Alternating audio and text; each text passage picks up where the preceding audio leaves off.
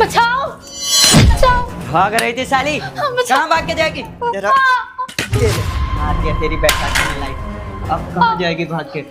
तेरे को मैंने बोल रखा है कि अपने बाप से मेरे को पैसे दिला, क्यों नहीं दिला रही? आज मैं तेरे को इतना मारूंगा ना, चल।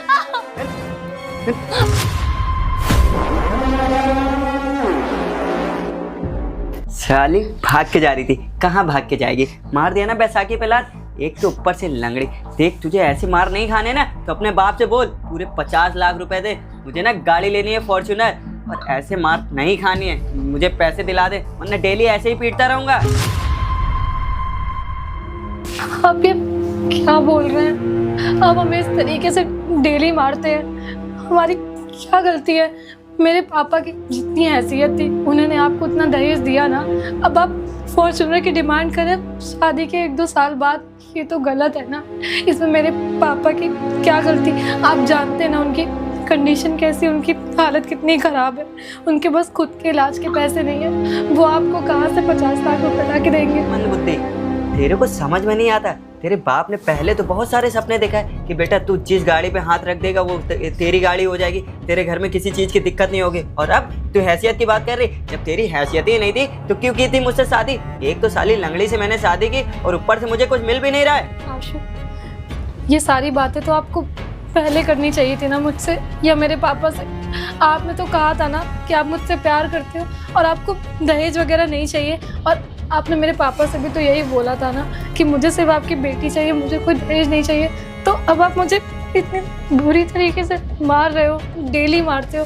और मेरे पापा ने आपको i10 गाड़ी दिलाई थी ना, उनकी जितनी औकात थी, सोफ़ा भी दिलाया था, वॉशिंग मशीन भी दिलाई थी, AC भी दिलाया था। अब आपको क्या चाहिए? क्या है आराम नहीं है हमारे घर में जो आप मुझे इस तरीके से मार रहे हो? प्यार, वो भी मैं तुझसे, एक लंगड़ी से मैं प्यार करूंगा? मैं ना सिर्फ पैसों से प्यार करता हूँ, बड़ी बड़ी गाड़ियों से। और तू क्या बता रही? तेरे बाप ने औकात अनुसार i10, ये सोफ़ा, ये वॉशिंग मशीन, तो अपने बाप को कॉल कर और ये सब लेके जाए, बढ़िया से मुझे फॉर्च्यूनर निकलवा के दे, वरना डेली ऐसे ही पीटता रहूंगा। साली जवान लड़ा रही मुझे, तू क्या भी एक? मुझसे सही से बात करिए। और मेरे पापा को आप इस तरीके से कैसे बोल सकते हैं कि अपने बाप को बुलाओ? पहले तो आप उनकी कितनी इज्जत करते थे, और हमारी शादी हो गई आज, तो मैं आपके आगे हाथ जोड़ती हूँ, मुझ पर इस तरीके से हाथ मत उठाइए। आज मैं इंसान हूँ, मुझे भी दर्द होता है, मुझे भी तकलीफ होती है।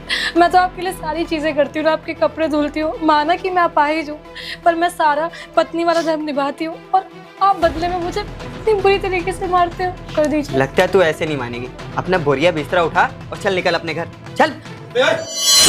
ये क्या हो रहा है? तुम एक लड़की को मार रहे हो? मैडम एक मिनट। पुलिस? जरा जरा यहाँ पुलिस को तूने कॉल किया है? ओए उससे ना बोलो ना, खड़ा रहे अभी। मैडम आप आइए, आराम से मैडम, इधर बैठिए, आराम से मैडम। अबे एक बात बता, तो एक लड़की को मार रहा है? मैडम क्या बात है, बात बताइए आप। अब मैं बताता हूँ। इस लड़की का ना, मेरे होते हुए भी मैं इसका हस्बैंड हूँ, इसका दूसरे लड़के से चक्कर चल रहा है, इसीलिए मैंने इसको मारा है साहब। अब आप ही बताइए कि मेरी बीवी किसी और के साथ में बात कर रही हो, उसके साथ डेट पे जा रही हो, अब पता चलेगा। ओए तुझसे मैंने पूछा क्या? मैडम आप बताइए क्या बात है?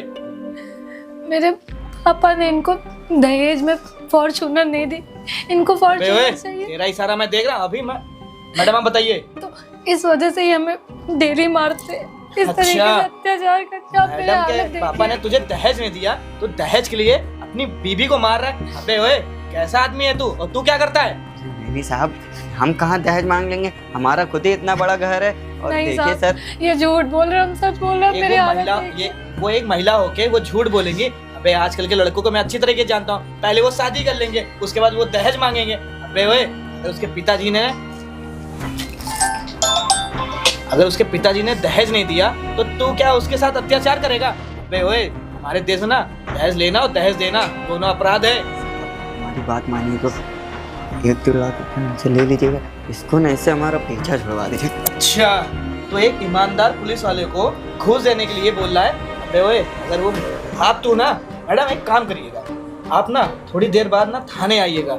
जब इस बंदे को मैं थाने ले जाऊंगा ना, जब इसके हड्डी पसली एक करूंगा ना, तब इसको समझ में आएगा ये दहेज देना और दहेज लेने में ना कितना फर्क होता है। और जिस तरह तुमने अपनी वाइफ को मारा है ना बेटा, याद रख तुझे ना मैंने इस तरह मारा तो याद रखना तू। हम थाने आ जाएंगे साहब। साहब आप हमारी बातों पे यकीन करिए, इसका ना दूसरे लड़के से अच्छा। चक्कर चल रहा है। नहीं साहब, हम ये झूठ बेचारी बोल- अपाहिज है, तुझे इतना भी दया नहीं आई? वो अपाहिज को तुम सता रहे हो, उसको मार रहे हो। अरे उसके पिताजी के वजह से पूछो उसके पिताजी के ऊपर क्या बीती होगी।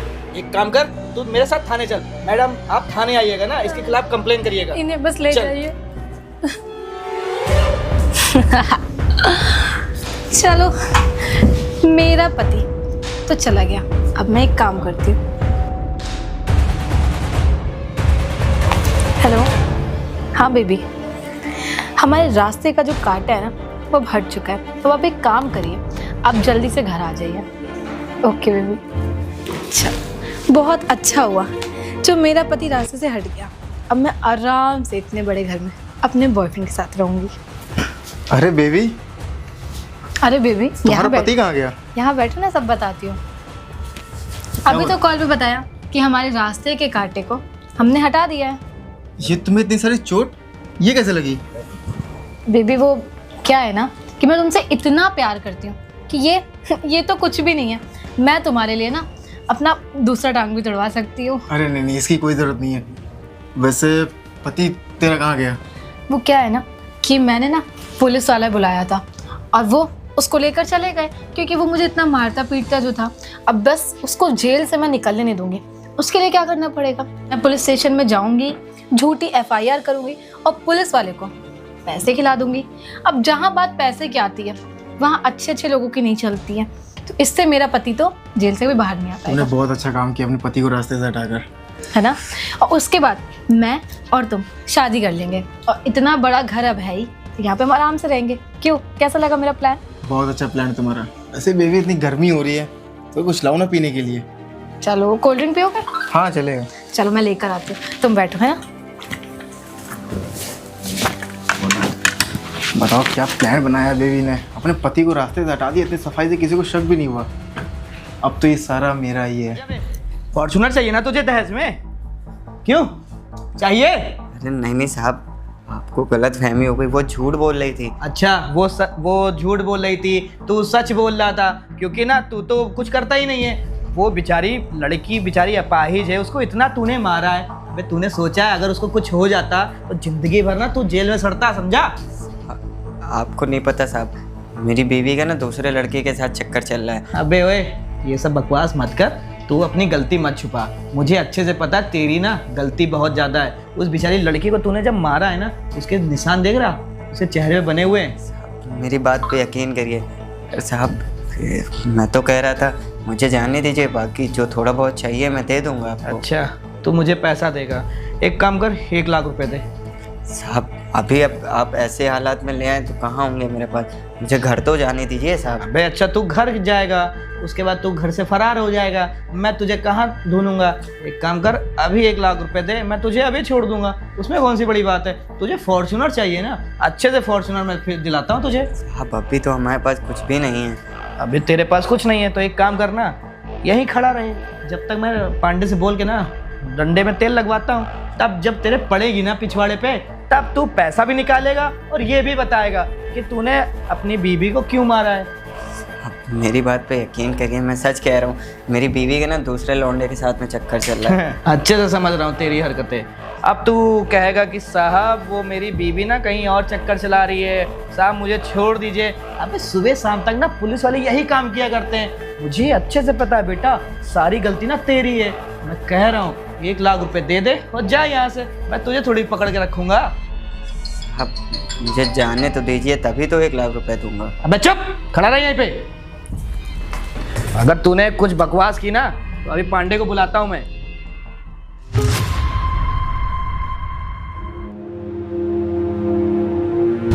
सर। अरे मैडम आ गई आप? हाँ जी, आ गई मैं। अबे ओए, एक काम कर, बाहर जाके वेट कर मेरा, जा निकल।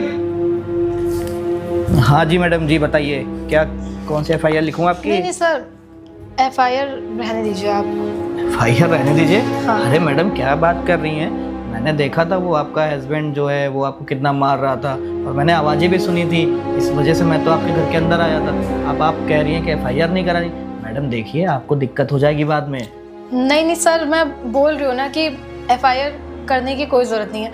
अब वो क्या है ना, ये मेरा पर्सनल मैटर है, तो मैं इस पे FIR चाहती नहीं हूँ। देखिए मैडम, पर्सनल मैटर था, अब ये पुलिस थाने की बात आ गई है, अब यहाँ का मैटर हो गया है। आपको जो भी बयान देना है आप दीजिए, मैं लिखने के लिए तैयार अरे हूँ। सर, मैं बोल रही हूँ ना कि FIR रहने दीजिए, उसके बदले में ना मेरे पास आपके लिए एक और चीज़ है।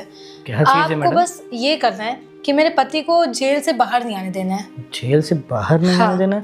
मैडम पर ये आप क्या ही बोल रही हैं, ऐसा क्या ही हो गया? और आपका पति कुछ ज़्यादा दिन के लिए अंदर थोड़ी जाएगा, वो तो मुश्किल से मुश्किल 2-3 दिन में बाहर आ जाएगा। वही तो पॉइंट है कि ज़्यादा दिन के लिए अंदर वो जाएगा नहीं, पर उसको ज़्यादा दिन के लिए अंदर रखने के लिए मेरे पास एक तरीका तो है।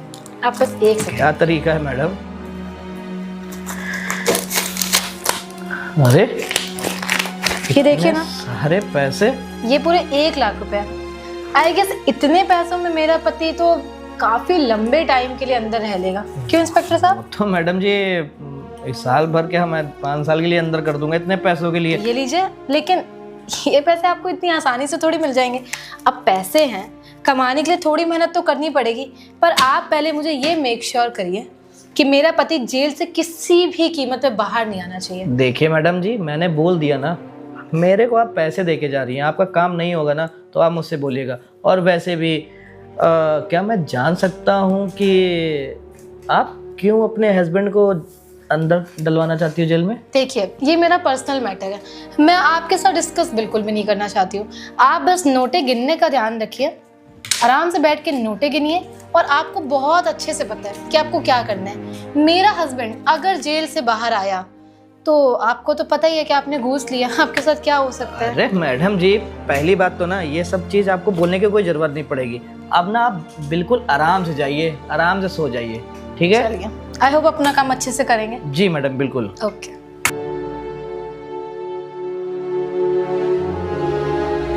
पांडे, उस लौंडे को भेज दो अंदर।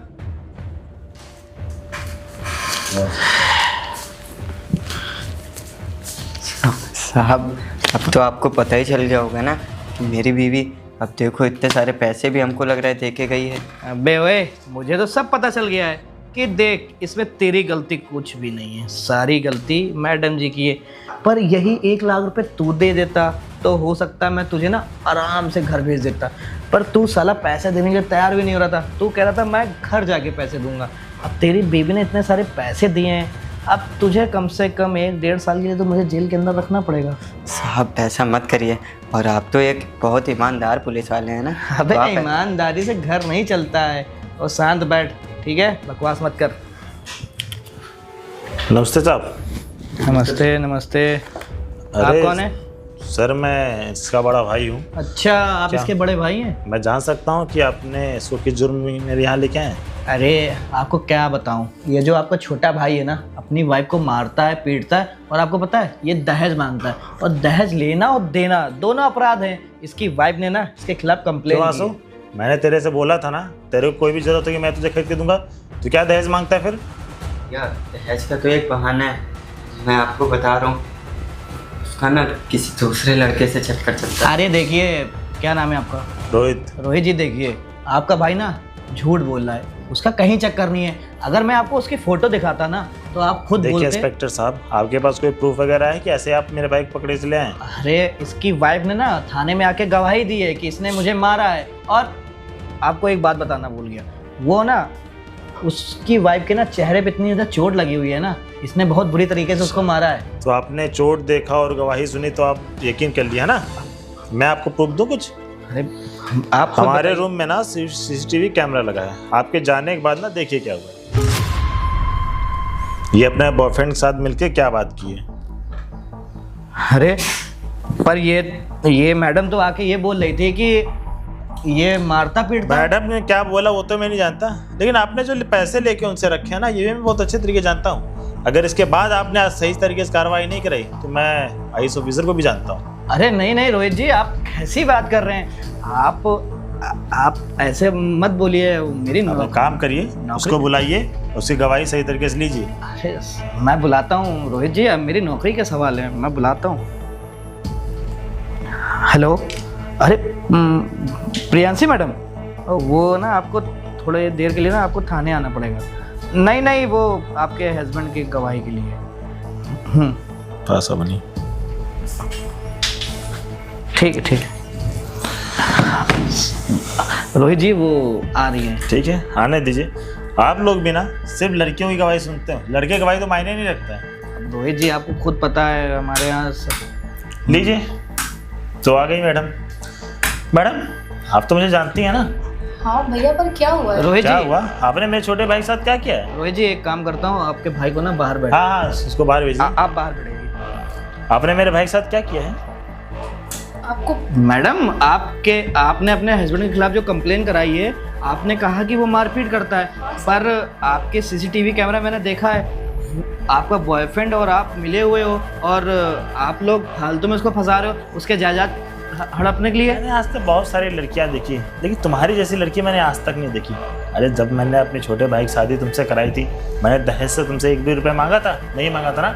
और मेरा भाई को बहुत अच्छी तरीके से पता चल गया था कि तुम्हारा किसी दूसरे लड़के के साथ चक्कर था, इसलिए वो तुम्हें दहेज बोला, दहेज दे दो हैं ताकि तुम उसे छोड़ दो। लेकिन तुम उसे ऐसे छोड़ोगी, मैंने कभी सोचा नहीं था। CCTV camera? कैमरा? हाँ, रूम में कैमरा लगा है। मैंने साहब को सब दिखा दिया है कि वहाँ से जब मेरा भाई चला गया तो तुमने किसके साथ क्या मिलके क्या बातें की हैं। देखिए मैडम जी, आपने थाने में आके झूठी कंप्लेन की, अब आपके खिलाफ ना मैं इंस्पेक्टर साहब, आप कैसी बातें करें? मैंने आपको इतने सारे पैसे दिए थे। अरे किसने दिए मैडम, थे? आपने पैसे दिए ना, वो अगर इसके बावजूद यह सही काम नहीं करेंगे तब तो आप पिसेंगे, साथ में ये भी पिसेंगे। भैया मैं सच कह रही हूँ, मैंने चक्कर ही इसलिए चलाया था क्योंकि आशु मुझे बहुत मारते थे। अच्छा, मारता था वो? तुम्हें इसलिए मारता था, उसको पता चल गया था तुम्हारे किसी और लड़के के साथ चक्कर है। नहीं भैया, वो और जब वो तुमको बताता था तुम्हारे किसी और लड़के के साथ चक्कर, तुम क्या बोलती थी? हाँ, कि तुम दहेज प्रथा का इल्जाम लगा दोगी?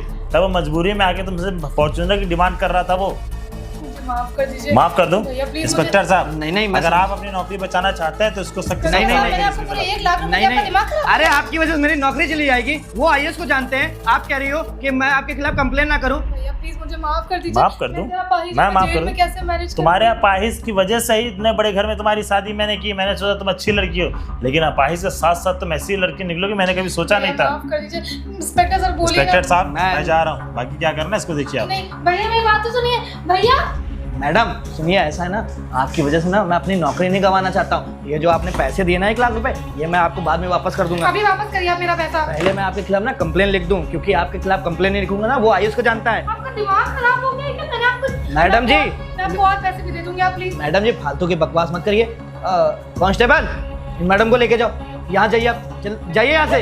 मैडम मैं बोल रहा हूँ यहाँ जाइए, आप जाइए यहाँ से। तुम्हें ना मैं देख लूंगी। अरे मैडम जाइए यहाँ से, आपकी वजह से मेरी नौकरी चली जाएगी। पांडे जरा ध्यान रखना यार, ये कहीं भाग ना जाए, इसकी वजह से ना मेरी नौकरी चली जाएगी और तेरी भी चली जाएगी। इसको पकड़ के रखना वहाँ पर। तो गाइस, आप लोगों को ये वीडियो कैसी लगी? अगर अच्छी लगी हो तो फेसबुक पे शेयर करिएगा और यूट्यूब पे देख रहे हो ना तो सब्सक्राइब करिएगा और बहुत सारा प्यार दीजिएगा। जय हिंद, जय भारत।